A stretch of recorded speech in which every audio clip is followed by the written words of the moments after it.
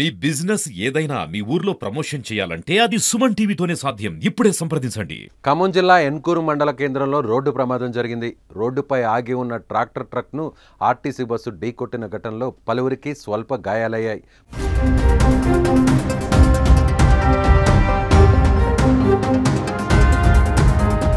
భద్రాచలం నుంచి మియాపూర్ వెళ్తున్న లహరీ బస్సు ఎన్కూరు మండలం గార్లు ఒడ్డు గ్రామ సమీపంలోని రోడ్డు పక్కన నిలిపి ఉన్న ట్రాక్టర్ ట్రక్కును వేగంగా వచ్చి ఢీకొట్టింది. ఎదురుగా వస్తున్న వాహనాన్ని తప్పించబోయే క్రమంలో ఈ ప్రమాదం జరిగినట్లు తెలుస్తోంది. ప్రమాదం జరిగే సమయంలో బస్సులో 17 మంది ప్రయాణికులున్నారు. ప్రయాణికుల్లో ఎవరికి ఏమీ కాకపోవడంతో అందరూ ఊపిరి పీల్చుకున్నారు. ఇక సమాచారంతో ఘటనా స్థలానికి చేరుకున్న ఎన్కూర్ ఎస్ఐ ప్రమాదంపై కేసు నమోదు చేసుకుని ప్రయాణికులను వేరే బస్సులో పంపించారు. భద్రాచలం నుంచి 3 గంటలకు బయలుదేరాం సార్. బయలుదేరంగా ఏమైంది, వర్షం జల్లులు పడుతున్న వర్షంగా కంట్రోల్ చేసుకుని వస్తున్నాం. అకస్మాత్తు ఏమైందంటే లెఫ్ట్ సైడ్లో ట్రాక్టర్ ఉట్టి దాని ఇంకా డోమ్ ఉంది, ఇంజన్ లేదు, దానికి సమస్య ఏం లేదు. మా డ్రైవర్ ఏమో ఒక మంచిగా 50-60 స్పీడ్లో వస్తున్నాడు.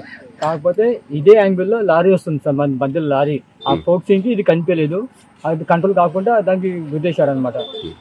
ఏం డ్యామేజ్ కాలేదు సార్. కాకపోతే కొద్దిగా నాకు తల కొద్దిగా పైన పంట తప్పు కదా సార్, ట్రైన్ పెట్టడం అంటే చాలా ఘోరంగా పరిస్థితి కదా.